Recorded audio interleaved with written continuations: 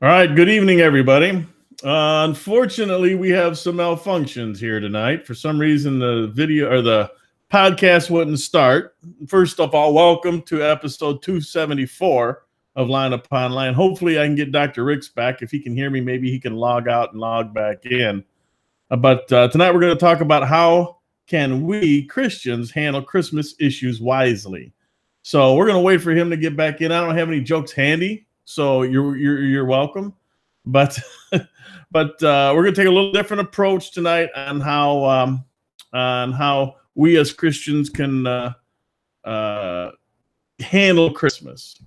So, and we might have Kelly pop in. He's having network issues, so he might pop in later as well. But however, let's see if we can't get Dr. Ricks back. There he is. There he is. Now we got you. Why don't you start us out with some jokes, Dr. Ricks? Okay. This is called Heaven and Hell. The young woman came home and told her mother that her very nice, steady, handsome boyfriend proposed, but she turned him down. She said, "Honey, why did you turn him down?" "I found out he's an atheist. He doesn't believe in either heaven or hell." The mother, his future mother-in-law, said, "Marry him anyway. Between the two of us, we'll show him just how very wrong he is."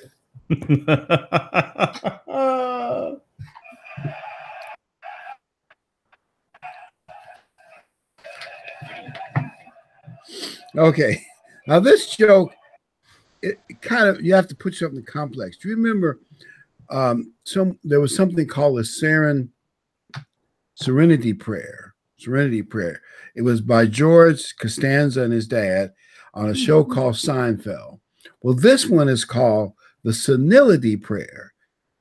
The Senility Prayer. God grant me the senility to forget people I never liked anyway, and the good fortune to run into the ones I do like, and the eyesight to tell the difference.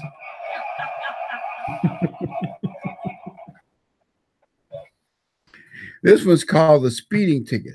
A lady was speeding, and a police officer came up beside her, the whooping lights, and pulled her over. And as she's being pulled over, she realized, oops, I don't have my seatbelt on. So she quickly clicked in her seatbelt. So the officer was riding her up, and he says, "Do you always use your seatbelt like you're supposed to?" "Oh, yes, officer, I always use my seatbelt." She says, "Well, do you always loop it through the steering wheel?"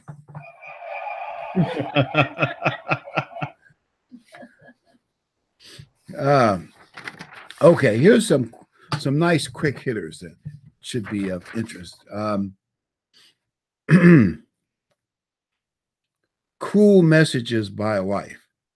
"Dear mother-in-law, don't teach me how to handle my children. I'm living with one of yours, and he needs a lot of improvement."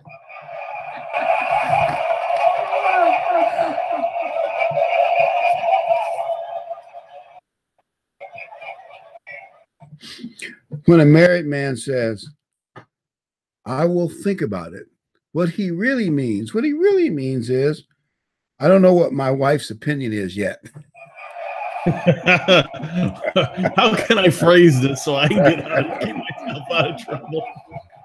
Oh, here's one that I probably shouldn't tell, but I'll tell anyway. Why do women live better and longer and more peaceful lives compared to men? The answer is because women don't have wives.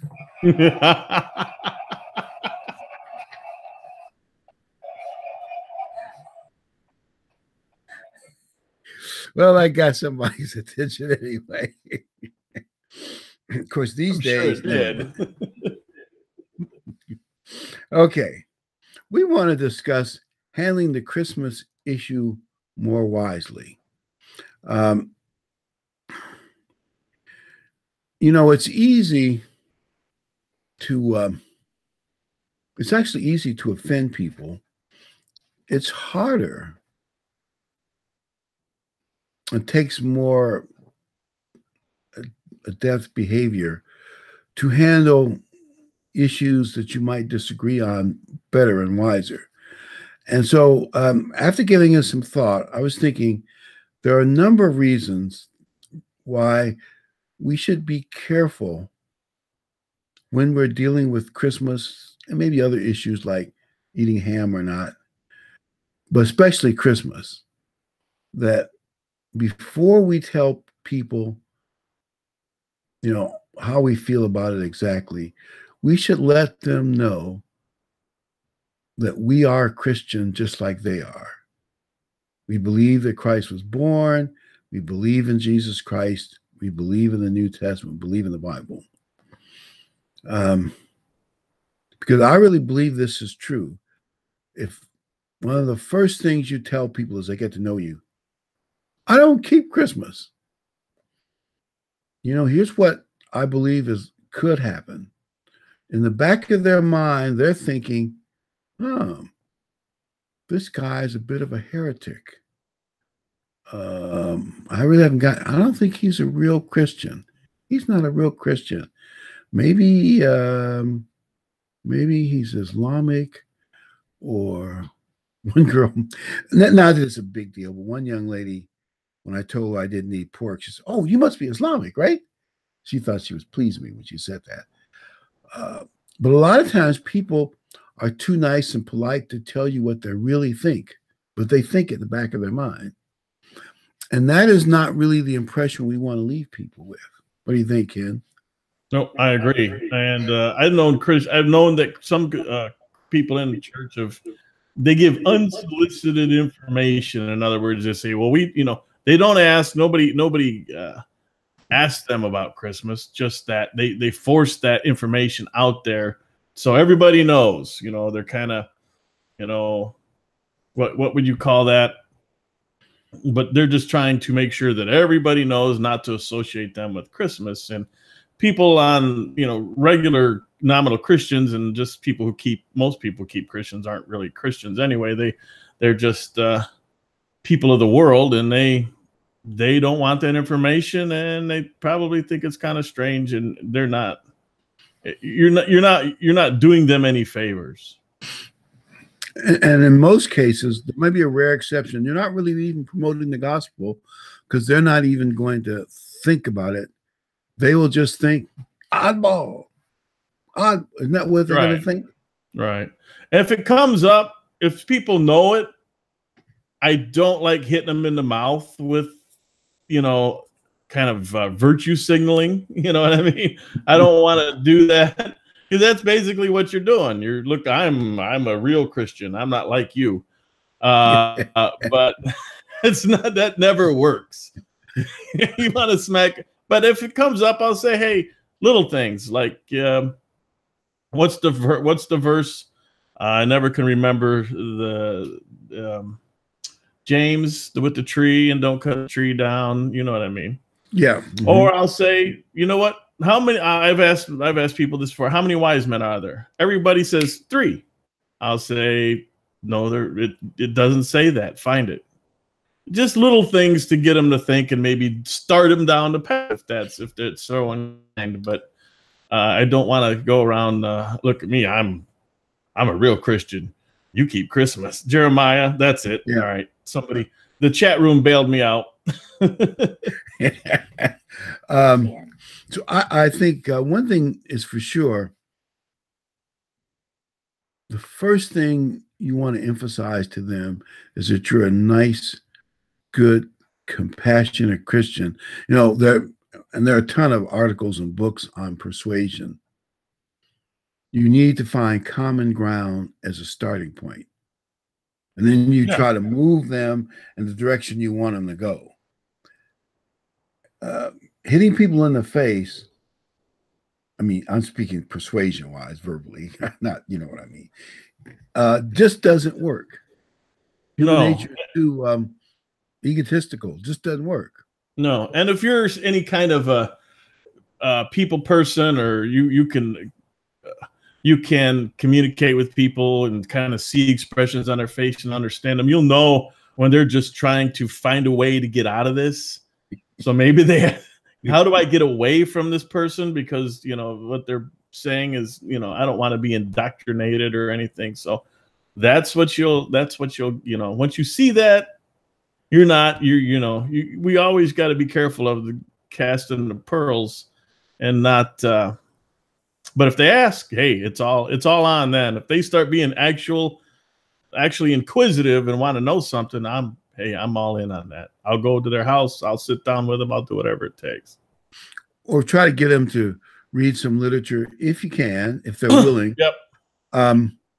But let them know that we believe in the death of Jesus Christ and he died to save the whole world, things that they believe in. That helps. And I really believe this. Go ahead, Ken. Well, I was just say, there are several things that get people into the church and get people out of the world. Christmas is one of them. I think Christmas is one of the big ones, same as maybe the Revelation, not really, but, prophecy. And I think Christmas is another big one. And once they realize, because you can do a simple bit of research, go on YouTube, there's a nice History Channel documentary on Christmas that really puts it in perspective. And it's non-religious, but it does put it in perspective. And that might be an edge. If someone's just now learning or being called, that's a way to get the knowledge to them without being pretentious or virtue signaling that you're so much better than they are. Somebody told me that when they first stopped keeping Christmas, one of their relatives from the South sent them an article saying Christmas has been around for 4,000 years. And they didn't realize the article wasn't making it pretty good. It's been around 2,000 years longer than Christianity. Did they read that in their King James Bible from 4,000 years ago? Jeremiah 10, someone said, yeah, I know, 10:1. We all should have that one burned into our brain, but I can never remember. My memory isn't that good anymore.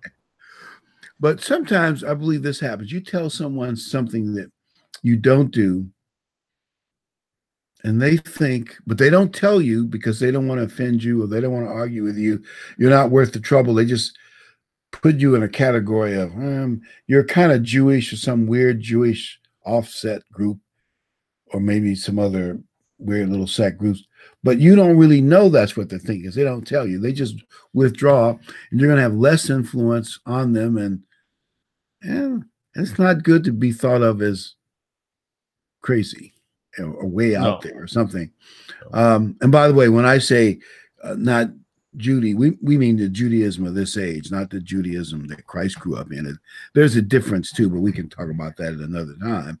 Because the Jews of our age do not believe in Jesus Christ. And let's put up our first slide, because this is what Christianity stands for. Sometimes people forget this. All right, Revelation 12:17.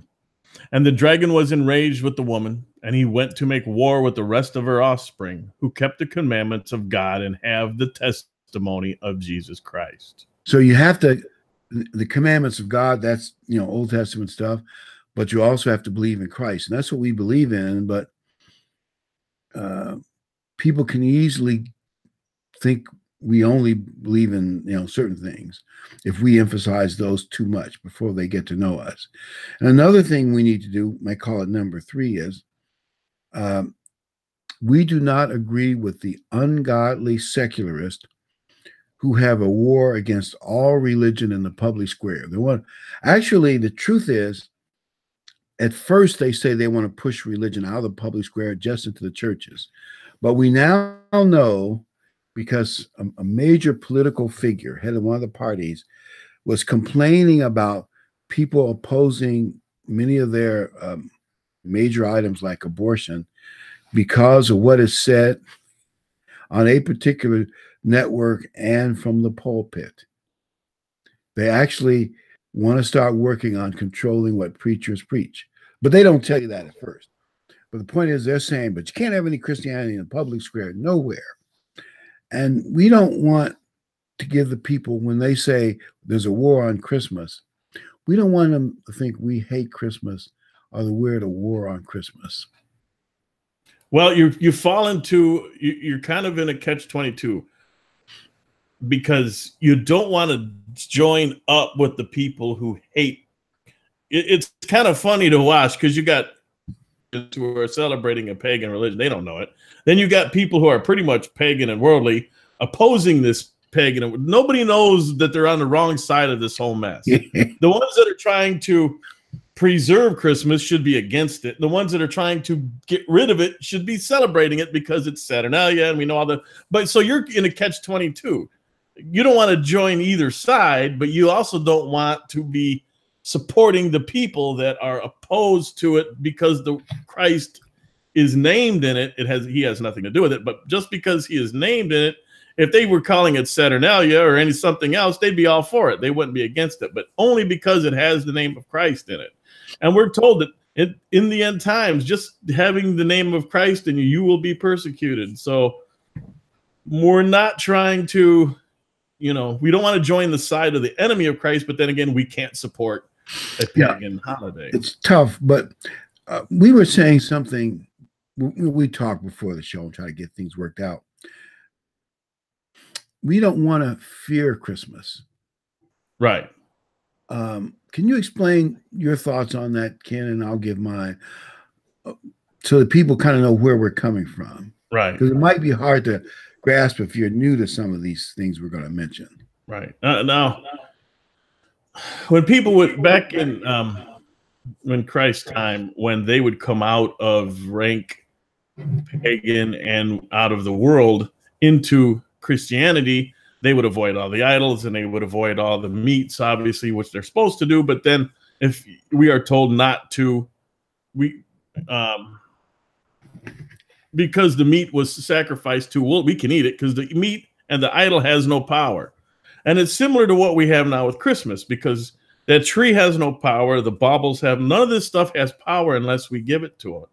And people fresh out of that world, they're still experiencing. I mean, when you go through the mall and you hear the music playing at this time of year, you in the back of your head, without even thinking about it, sometimes you're still singing along or doing whatever. And if it's not on the forefront of your mind all the time, maybe you're not paying no attention. But we give it meaning if we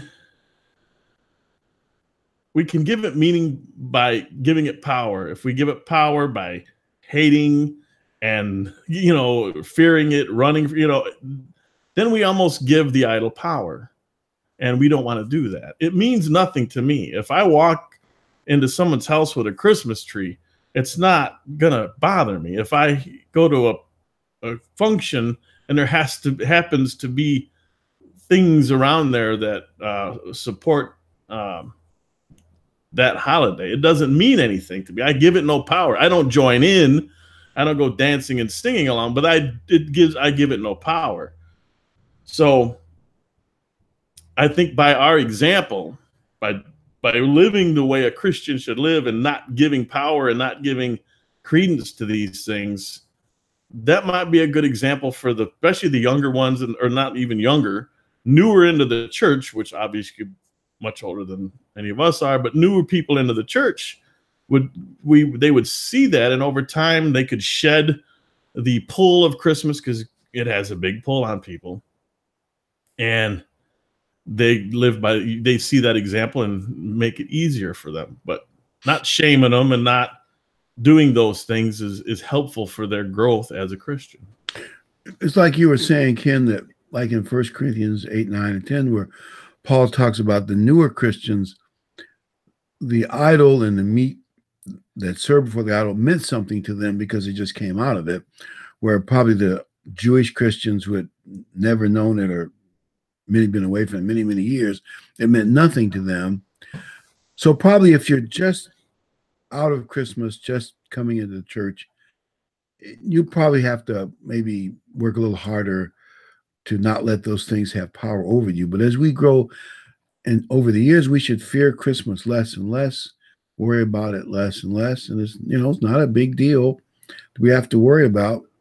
I like the example, like one man who was in construction in India, but he was an American. And they have all kinds of those idols, the elephant tusk and the woman with the arms. And you've seen them, the various idols. They're all over India and all the different buildings. Well, he would walk around them and through them like they were pieces of artwork, but they had no religious hold. He wasn't afraid of them. They didn't bother him. He didn't have to rail against them. He didn't have to be angry at the people because they, if they gave religious power to the idol, it was just nothing he had to worry about. The people are deceived and they mean well, and you have to love them in spite of whatever pagan compromises Satan has got going. Right. And one way to look at it, someone made a comment in the chat room about living with someone who still keeps Christmas, you know. One, you know, a father called us out of the world. Maybe over time we will be used to pull out someone else or some loved one in our family with us, but by example, and not showing that, you know, not belittling them and downplaying them. And they don't know that they don't know, you know, that they shouldn't be doing that. They have no idea. Garner Ted had a great sermon, and I can't find a link to it. And I'm almost positive it was called "Don't Throw the Baby Out with the Bathwater" or something like that. And he talked about all these things. And when he grew up in United, how it was, you know, people were kind of hardcore Christmas hate. Anything associated was a pagan abomination, and they openly would stress that. And he kind of went through that, and you know, talked about how maybe that wasn't the, you know, as the extreme approach. You know, there are songs and things that are played just this time of year, but actually have nothing to do with pagan holiday. There are songs like that. And, you know, just because you listen to that song doesn't mean you're going to put up a tree tomorrow and start wrapping presents. So, I mean, that was kind of his point. Yeah. The worldwide kind of went to extremes in some things. And I can see where a parent that suddenly comes out and their kids love Christmas, you can go to the extremes, and we really shouldn't go to extremes. Don't work yourself up over it. Or if you want to build snowmen that time of year, so be it. It's just a snowman. Don't. In other words, I think people have to learn to take it with a grain of salt. It's not, the idol means nothing. It has no power unless we give it power. And like you said, Ken, if we can show a person that we have the same Christian values they do, but we just understand the Bible a little bit better, a little more in depth. Over time, as they get to love you and know you, they may recognize that. You might be able to persuade them someday, but driving them away by being mean and hateful ain't going to work. No, it shows wisdom. It shows patience. It shows respect for the individual.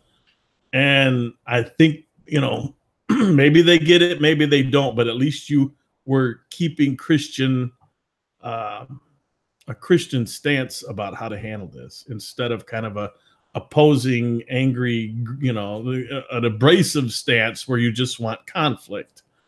And that probably will never pull anybody over to your side. It makes them go on defense, and instantly the conversation is done. No one ever wins an argument. No. If you ever went to if you ever been in retail, everyone in retail at some point has been into not a sensitivity, but a conflict resolution course. If you've been in management or retail, and they tell you how to resolve conflict, and it never includes combative offensive stance, you know, listening and kind of empathizing and understanding, and trying to, but while being, you know, firm in, you know, what you believe or whatever, but not, you don't have to buckle. You just don't have to shoot daggers at them, I guess, with your anger. Because one thing they see this in politics, when you get in a real drag out, knockdown argument, and the facts are on your side, it actually makes it worse. The other party gets defensive and rallies behind their position, even though the facts don't support it, even more than they would have otherwise. It's kind of weird, like you're driving them in the wrong direction. Right. And then you have the truth, it doesn't matter. Then you have less respect for the individual, because you can see that they understand they have lost and they're digging in deeper. and it just makes it more difficult to have some kind of a relationship with that person if you force them into a position where they got to act out of sheer anger and self-preservation, and you kind of lose respect for someone who will go to that extreme to hold their position when it's unholdable. But a lot of human nature, people tend to do that. I see it on Fox News. Anyway, I'm going to all that, but you see it. Let's go to our next scripture. This is a very interesting set of scriptures we're going to look at. The first thing I want to say, you read this entire section. We won't read it all right now, but we'll go through it little by little. What it doesn't say, it does not say that Paul is against the 10 Commandments, or against the Old Testament, or against a lot of things. But what it does say is Paul is looking for common ground to start to persuade people. All right, 1 Corinthians 9:19. For though I am free from all men, I have made myself a servant to all, that I might win the more. And to the Jews I became as a Jew, that I might win Jews. To those who are under the law, as under the law, that I might win those who are under the law. Now, I think what Paul I think is saying in his own way, that if we want to persuade people, show them how we are like them so that they will trust us, we'll have some credibility with them. And, Paul, and of course, Paul would have a lot of ways to have common ground with Jewish people who really believe in the law. Now, what we would probably say is believing in the law is good as long as you don't leave out the grace part of it. But, Paul would have to get that in subtly, little by little. But I believe Paul, and sometimes you don't see this in the scripture, but Paul had so much more effect than the other apostles and other evangelists when you look at the results. Paul must have been a good listener. Yeah, absolutely. You can't be a great leader if you're not a good listener. Yeah. He must have listened to their position, understood it, got identified with it, and then he led them little by little to. Let's go to the next verse.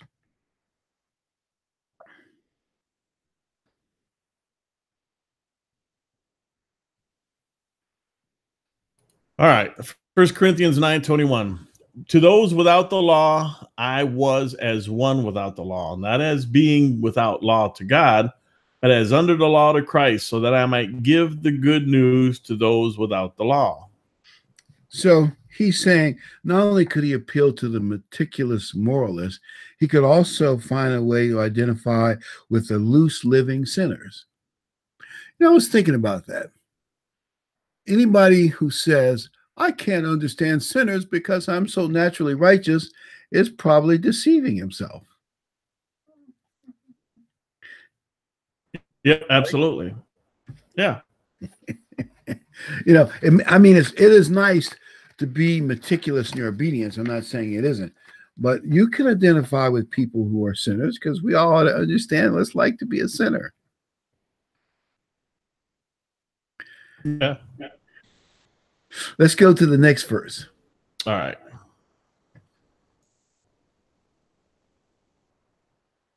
All right. To the weak I became as weak, that I might win weak. I have become all things to all men, that I might by all means save some. And I think Paul is saying to those who are defeated and demoralized, depressed, and weak, Paul had compassion on them. And anybody who says, well, I can't understand what it's like to be weak, I always win, they're probably kidding themselves too. There must be times when everybody has been demoralized, depressed, frightened, defeated, scared, or worried. And so you should be able, if you're being real honest, that you can identify with someone who is feeling defeated.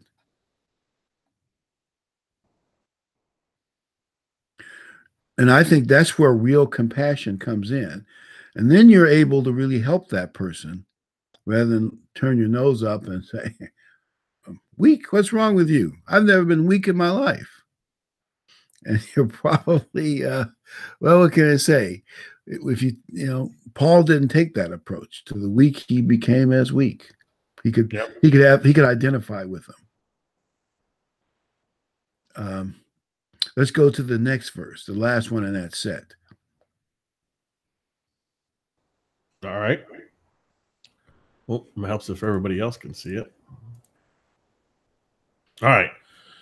Now to this I do for the gospel's sake, that I may be partaker of it with you.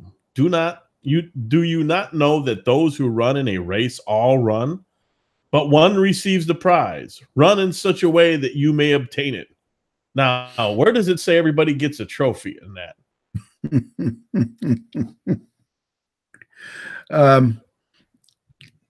And Paul is saying there's a way you have to discipline yourself, play by the rules if you want to win. Well, if you put that in the context of what he just said, he's like saying approach influencing people in a smart manner. Right. Like there's a way to win a race, and there's a way to, there are certain rules you have to apply to the race, and they all understood the Olympics in those days. You have to follow the rules and do it the smart way. And there's all kinds of races.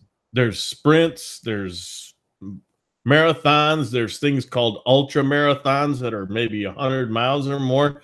And when you're dealing with someone new in the church or maybe just being called, you're not in a sprint. There's no rush to get these people to understand the truth. In fact, the more you push them, the more they're going to fall.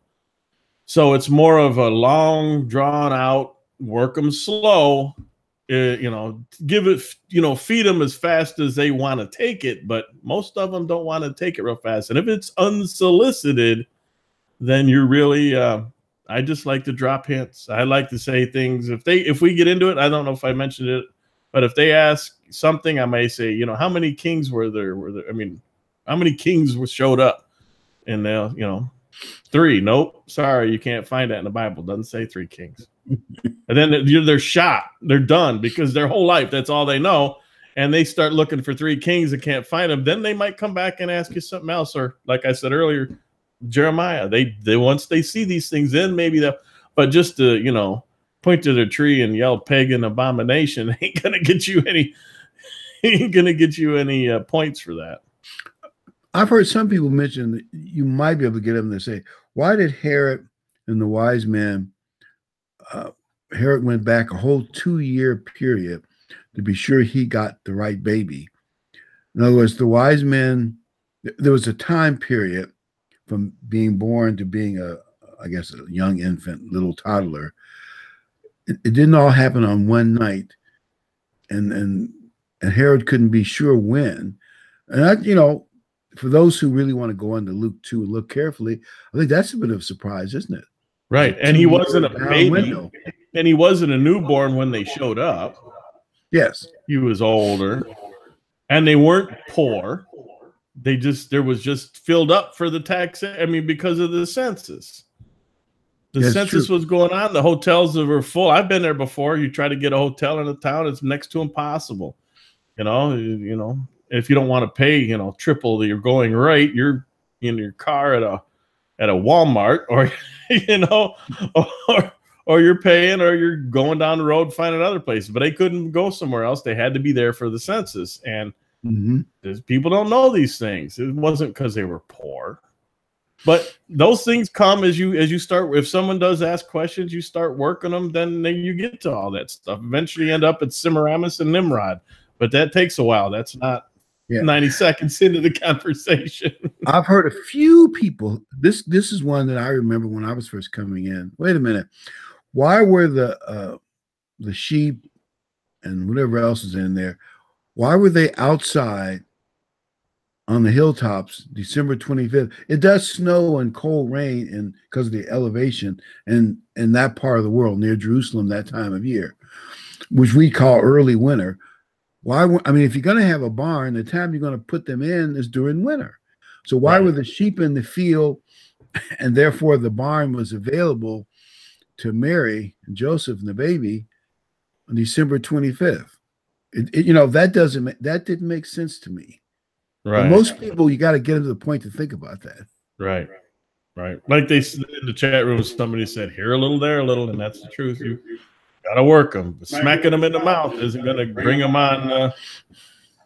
Isn't going to bring them to your side of the argument. And by the way, also, I don't think there's anything wrong with celebrating Jesus Christ. It's a good thing. We should let everybody know we honor Jesus Christ. We honor his name. We love Jesus Christ. Well, if they ever pushed us to get technical, it's just our problem is the date is the wrong date. And at least some of the paraphernalia for the celebration are not the kind of things the Bible supports. Right. But it's not against Jesus Christ. In that sermon that Garner Ted gave, he spoke about this, and he said, look, the church kind of avoids the birth of Christ and all the verses that surround that, and because it's of its association of Christmas. And there's nothing wrong with it. It's in the Bible. We should study it and we should bring it up. But the right time, maybe timely, is during the feast to bring up the birth of Christ and go through it and kind of read through it. And that's the time to bring it up. Yeah, they just have, we know why they picked the wrong date. Some people try to get around that. But I doubt very many people listening. Yeah, very few people watching don't know that. I mean, if you don't know that and you want to understand, we've got several Christmas shows we did that explain it all. One is the trouble with Christmas a couple of years ago or so we did, but you can go and search our channel and find several of them on all the pagan holidays and exactly why they're not to be celebrated, and they are shunned in the Bible. And some of them, like Jeremiah, specifically tells you not to do certain things that we do or that the world does.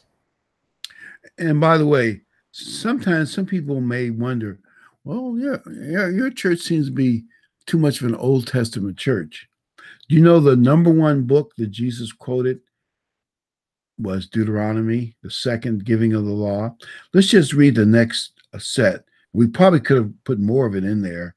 But Christ supported the Bible, all of it. Of course, the New Testament hadn't been written yet, but he supports it all, Old and New Testament. I didn't read Matthew yet, did I? No, this is the one we want to read right now. All right. Do not think that I came to destroy the law or the prophets. I did not come to destroy, but to fulfill. For assuredly I say to you, till heaven and earth pass away, one jot or one tittle will by no means pass from the law till all is fulfilled. Whoever therefore breaks one of the least of these commandments and teaches men so shall be called least in the kingdom of heaven. But whoever does and teaches them, he shall be called great in the kingdom of heaven. Note the word does and teaches. And by the way, in case people wonder about the heaven and earth pass away, it is a possibility. I'm just saying this. When you get to the last part of the book of Revelation, where the earth and heaven are changed, and we might argue about how God will change it, and we're all spirit beings, well, at that point, maybe some aspects of the law won't apply because we'll be all spirit beings. Why would you want to steal when you're a spirit being? You have everything you want. You know what I'm saying? It's a whole different dynamic. Right. I still think the principle behind the law will be there, but that's a possibility. But that's the only, and the earth is still here, and the sky is still there, and so all the Bible is there. But sometimes when you emphasize the Old Testament, people just think you're just some weird cult, because that's how the world thinks. And we need to let them know that we love Jesus Christ. Yes. Yes. Let's go to the next chapter, Philippians 2. We want to emphasize how we let people know that we love the name of Jesus Christ just like they do. All right. Philippians 2:9. Therefore, God also has highly exalted him and given him the name which is above every name, that at the name of Jesus every knee should bow, of those in heaven and of those on earth and of those under the earth, and that every tongue should confess that Jesus Christ is Lord, to the glory of God the Father.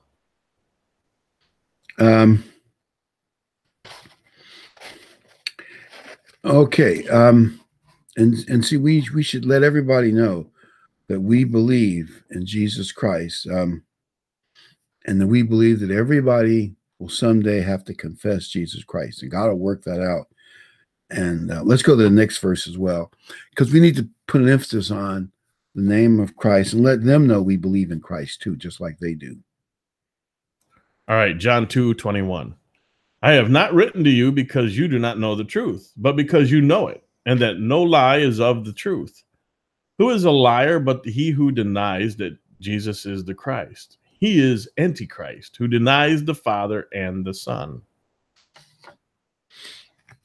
Okay.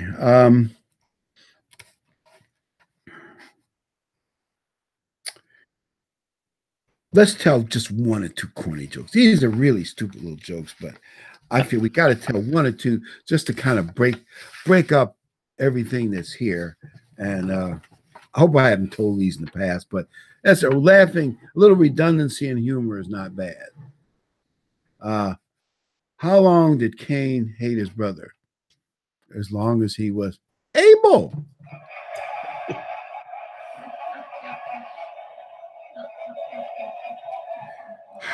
I know it's corny. Where is the first math homework problem mentioned in the Bible? God told Adam and Eve to go forth and multiply.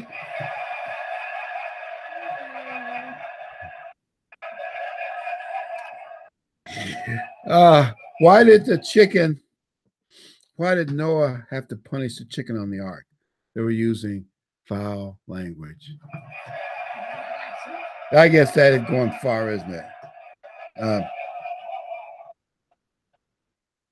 Here's one. This is so corny, but I got to use it anyway. How do we know that a lot of people in the Bible use fertilizer?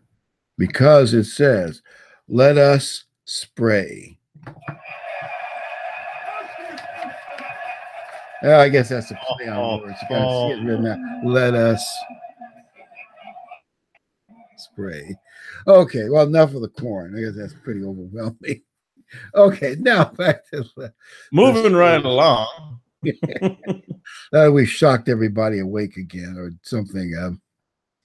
Someone in the chat room says, "Stop it, Dr. Ricks, you're killing us." Yeah, it is pretty bad. It is. You know what? I also want to point out something else. You know, they use, and someone pointed out in the chat room that they use, it's for the children Christmas. I don't do it for all me. It's for the children. You know, if a conservative uses that with you, you could, I mean, first of all, Satan's been using the same tactics no matter what he does. So for the children. And what do they say about gun control? If it saves one children's life, it's worth taking the whole country's guns away. They say it for every liberal thing they want to do in the government. It's for the children. You know what I mean? Security or letting illegals in. It's for the children. So it's the same tactics. They don't change. So for Christmas to be for the children ain't making it. But do you know you lie to your children, telling them there's some fat dude in a red suit coming down a 12-inch concrete hole in the roof, you know, 12. That's not for the children. By the way, the communists did this in Vietnam, and the terrorists are still doing it to this day. They would often shoot at, let's say, soldiers or peacekeepers, the opposition as they saw it, behind women and children, so that if you shoot back at their rockets where they're launched at, you'll kill women and children. And then, of course, they display that to a favorable media. Look, they kill women and children. And I mean, I understand. If you shoot at somebody and you're standing behind women and children, and especially from a distance, and they're likely to shoot back, whose fault is it that the women and children got hurt? Right, but it supports their cause in the news. You know, CNN will only be too happy to show women and children getting killed. And they don't, it's almost as if they say, we don't care about women and children. There are shields for mischief Right. And I, like you said, it can. And I realize Christmas is not quite the same thing, but we know churches that didn't believe in it, and then they said, "But we got to do it for the children's sake."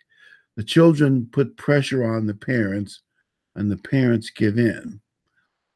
But and I know depending on when you come in the church, if your kids are small and they've been used to Christmas, it's going to be hard. But I think with a little bit of smart, you can get your kids to see that they don't have to go through all that pressure of Christmas, and you can still get them good stuff. Oh yeah, absolutely. It just doesn't have to be that time of year. It's just because everybody else is doing it.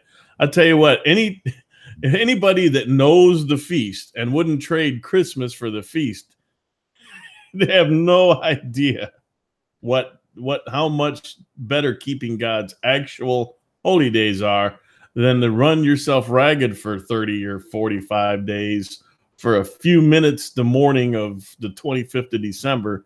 Have no idea, but they have no idea. Those people have no idea what they're missing. Without getting too materialistic, you can still buy your kids some nice gifts. I would say 2 times to consider at God's holy days, or if you want to get a bargain or two, a week or two after Christmas. Anything that's left over, let's say 10 days after Christmas, there should be some great prices on them. Right. I mean, my best days are the day after Halloween, the day after Christmas, the day after Easter, because that's half off candy day. That's half off candy day is an awesome day. And if you can get 3 or 4 days back, you get maybe 75% off candy day, and that's even better. Yeah. I mean, you could shop smart and teach your kids to shop smart. It'd be good for them. But I do understand the pressure people are under. The world uses children like shields, and it's. I guess I won't say it doesn't work, but it's not a godly strategy. No, and I had an employee working for me. She was working for me, and I was, even before I was in a church, I was kind of more Christmas hate before I was in a church and still in the world than I was after I got into the church, because I really hated Christmas. I knew it was pagan. I wasn't in a church, but I did know it was pagan because my parents had gotten a lot of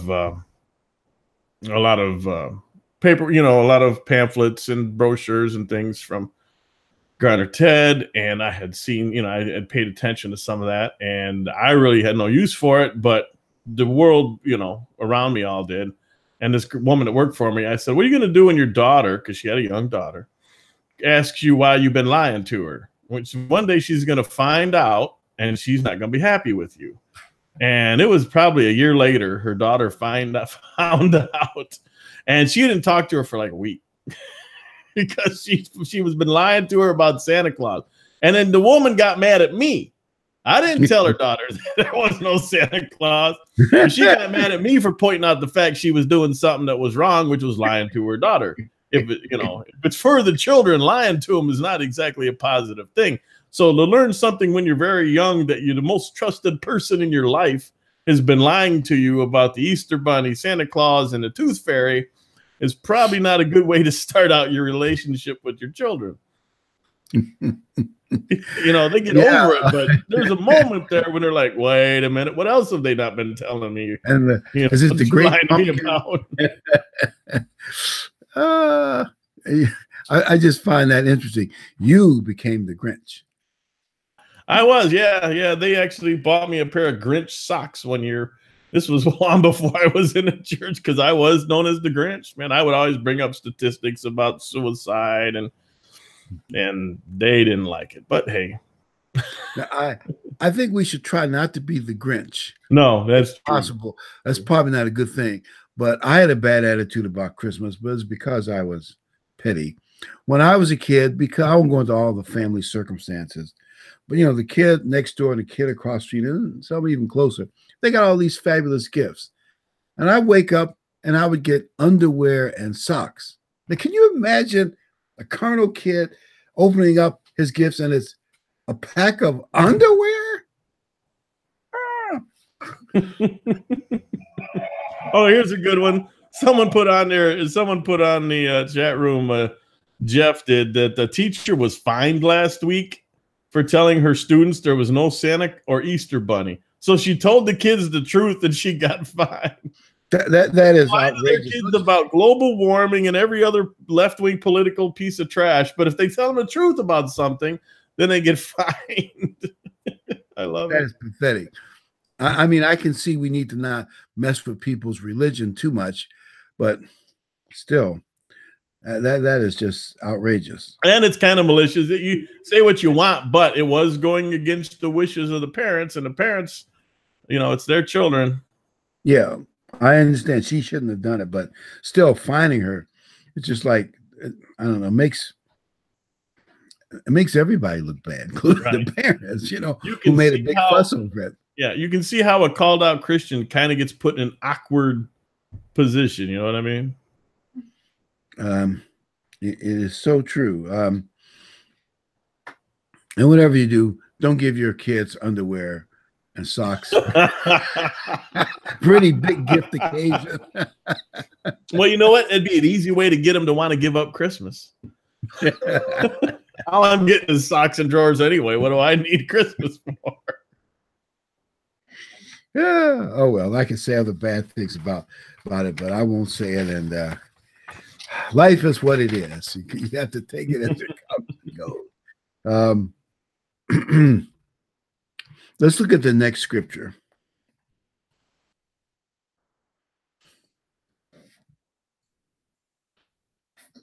All right, this is the one we can all pretty much quote. Jeremiah 10:3. Let's see. For the customs of the peoples are futile. For one cuts a tree from the forest, the work of the hands of the workmen.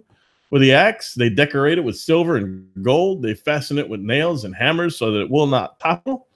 They are upright like a palm tree, and they must be carried because they cannot go by themselves. Do not be afraid of them, for they cannot do evil, nor can they do.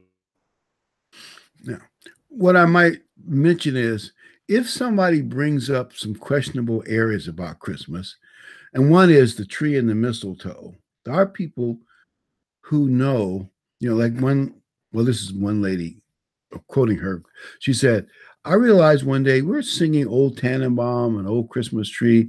We're singing to trees as if they were alive. And we put gifts under the tree as if it's a source of goodness. And are we starting to worship the tree? And they know that verse in Jeremiah that God doesn't want you worshiping a tree. Well, if you can get somebody to come that far, then I think they've made the first step. If you can get them to come that far, to realize that, and then they're ready. But getting someone to come to that point is a tough one. But I do think there are people who do every now and then see some of the problems with the stress of Christmas.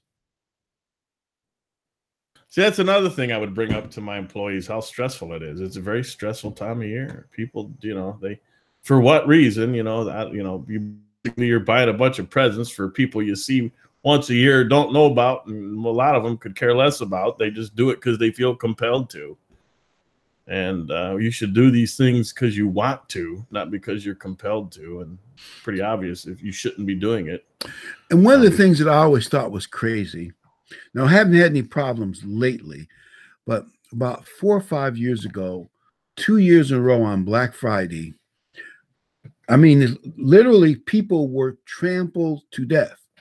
They opened the gate at a big store. I think it might have been Walmart, but whatever it was. And then some people were kind of small, leaking in front. They got trampled to death.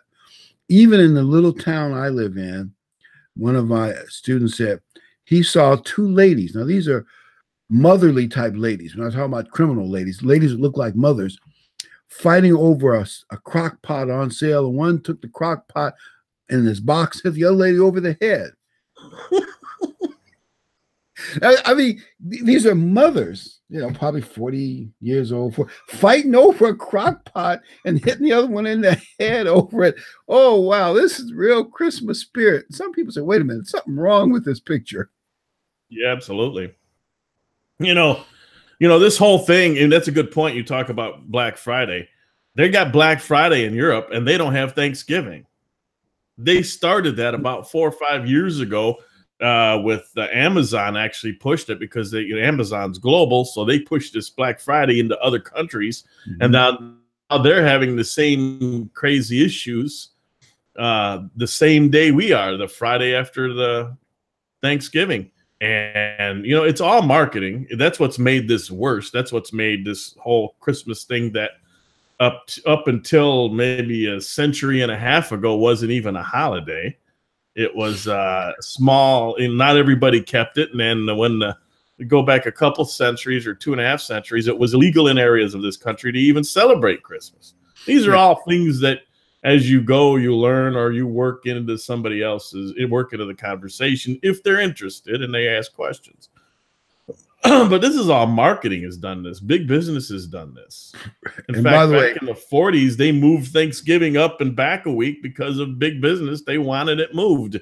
And I think it was, I forget which president, Lyndon, was it Johnson? I don't know. One of them moved it. Not Lyndon. That's too recent. But they moved it up a week or back a week to get an extra week. And then people were so mad. The regular people were so mad. They moved it back to where it is now. But it's all marketing. Coke drew up the first Santa Claus that looks all fat and jolly until before that he looked like a skinny, crazy, wild-eyed drunk until Coke, changed it all. And so this is all marketing. We've all been marketed to, and we're all being played by the global, the businesses around the globe, to make money. I believe it was not until about 1930 that our current Santa became a marketing sensation. I mean, the red and white costume, and I know they're now mad at Rudolph the Red-Nosed Reindeer. I can't. That doesn't make any sense to me. But regardless, when all that stuff was marketed, and then it was a great marketing job, and department stores, it was a boom. Most of this booming in the department stores happened after the Civil War, when Christmas, they started realizing how much money they could make. Father, you want to hear one more Christmas joke? Yes, okay. Go ahead. There's one more Christmas joke. And it's kind of the last Christmas story. The teacher in this school asked little Johnny, what do you all do for Christmas? He said, well, our family gets together, and on Christmas Eve, we have some mince pie and a little pop. We hang up our stockings, and we try to go to bed and sleep. We can't wait because in the morning we know we're going to get some gifts, some toys. And then she asked Margaret, what do you all do? And she says, oh, well, we have some hot chocolate, drink it. We put up our stockings. And again, we can hardly go to sleep that night because we want to wake up early and see what kind of gifts we got. And then the teacher realized, wait a minute, there's an Asian student in class, and clearly they would not be Christian. So I should give him a chance to say, I won't mention his name, but Kim, what do you all do for Christmas? And he said, well, so what we do is my dad drives up that night in his Rolls Royce. We all hop in the car, me and my siblings. We drive out to his big warehouse, and we look at all the empty shelves. And we sing, oh, what a wonderful world it is. And then we go to Hawaii, have a big vacation.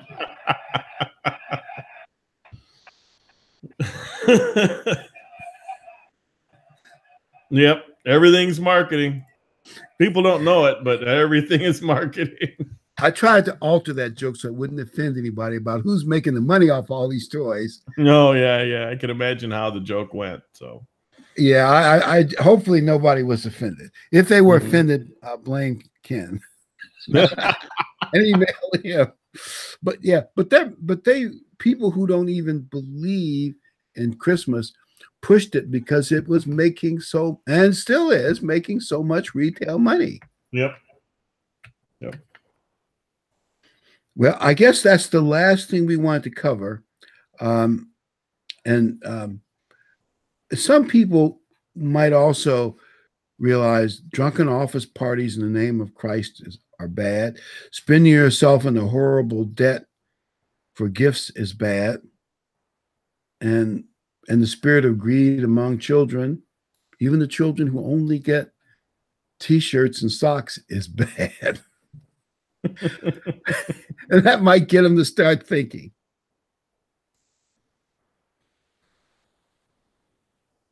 Well, what about what's been in the news? They could talk about the yellow vest protests that are all over Europe, mainly France, but it's been spread to several other countries.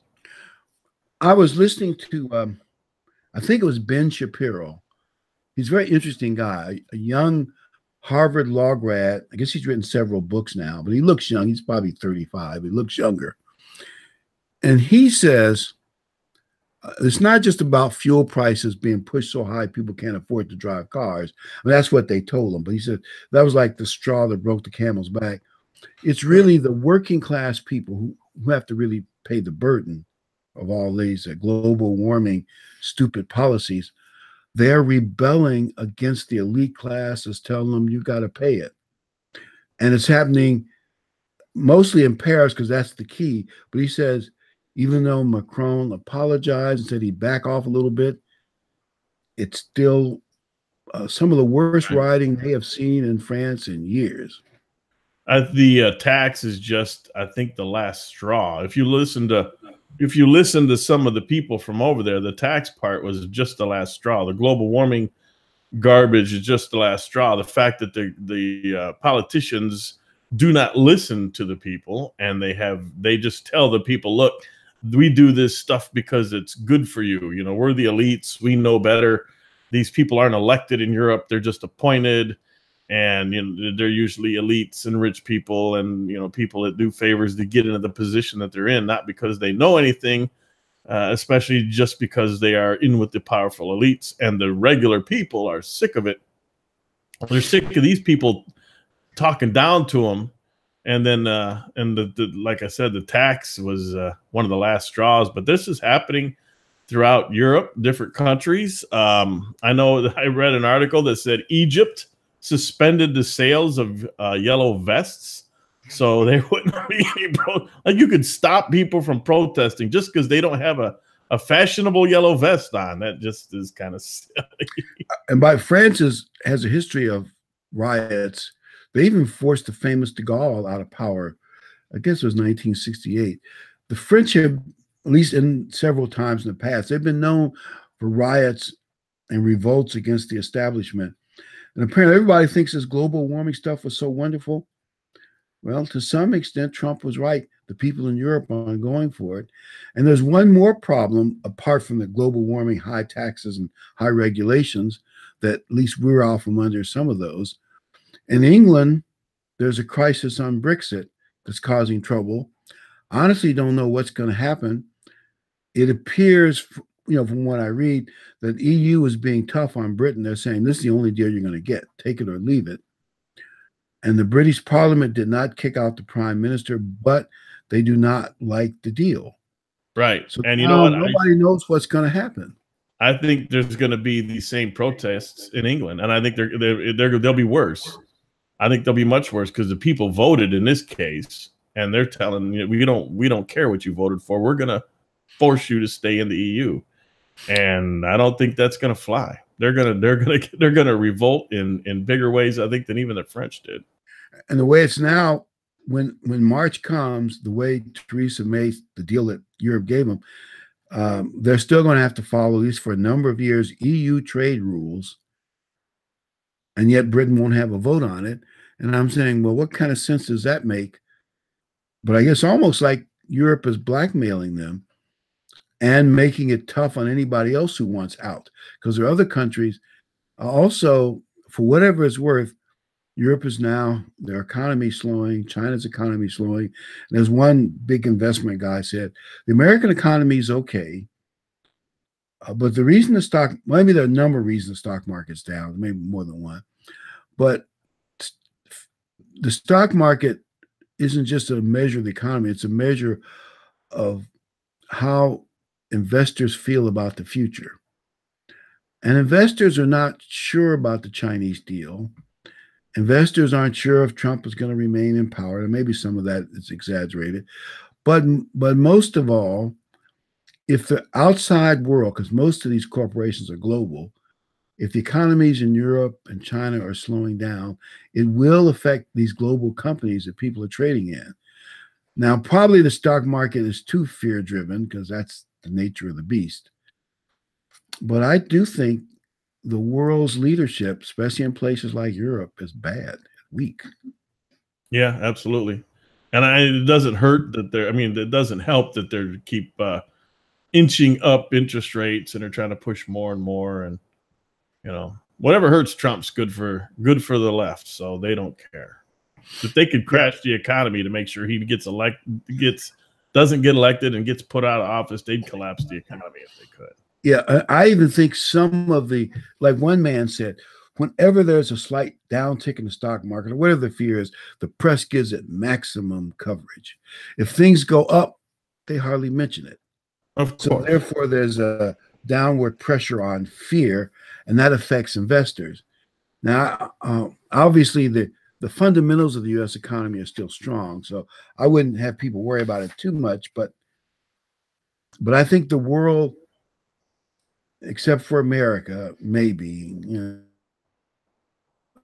are probably some countries or exceptions, but the world right now, especially Europe, does not have good leadership, and nobody knows what's going to happen. No.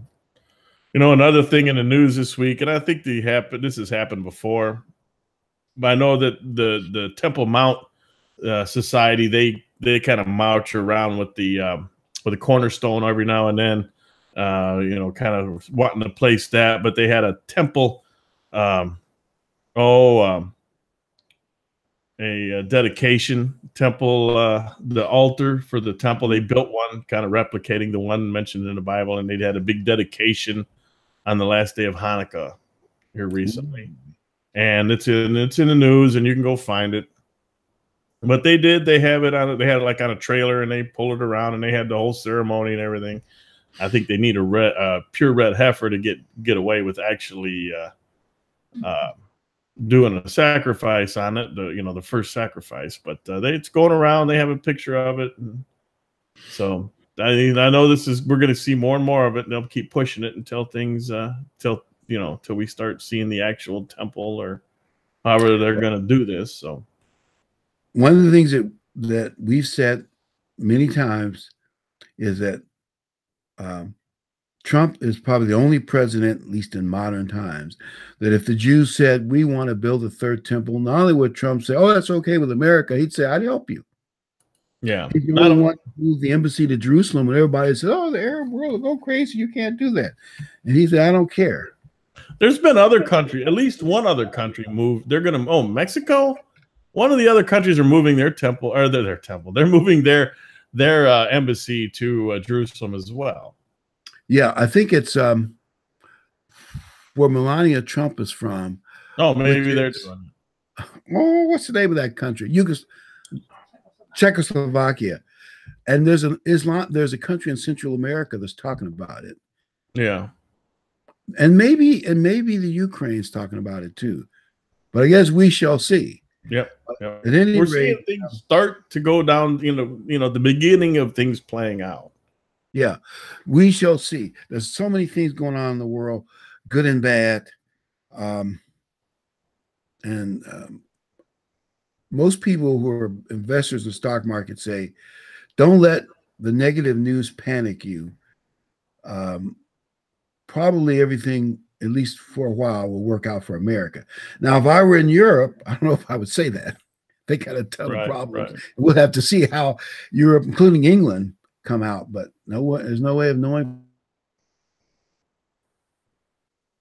Well, next week we hope to do Understanding Christ's Statement in John that we were going to do, but people wanted Christmas sooner. That sounds interesting. I said you are God's.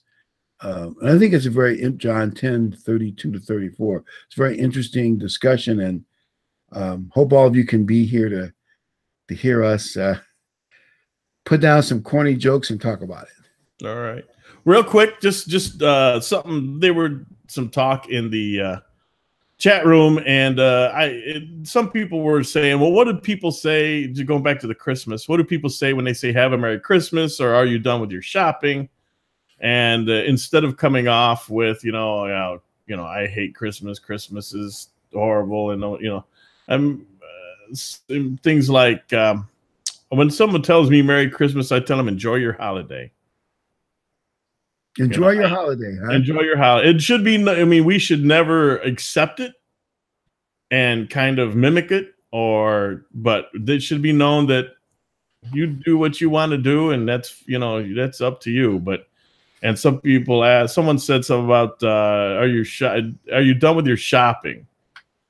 Someone says, yeah, 25 years ago, or whenever you left the church. Or some people, whatever, I don't do that. But the point is, without insulting insulting them, and like I said earlier, virtue signaling that you're so much better than them.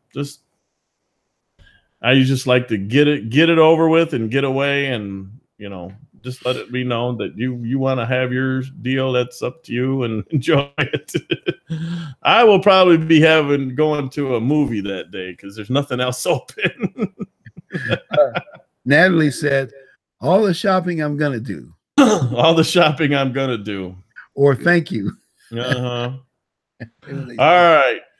Good night, everyone. We'll see you all here next week. And if we hold out here till I can get this played, we'll see you later. Good night. Good night, Ken.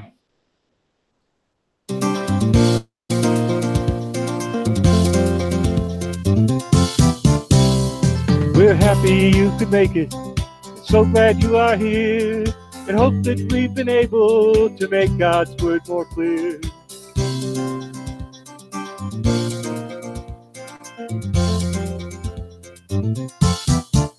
Until next time, may God be with you in everything you try. But for now, till next week, we have to say goodbye.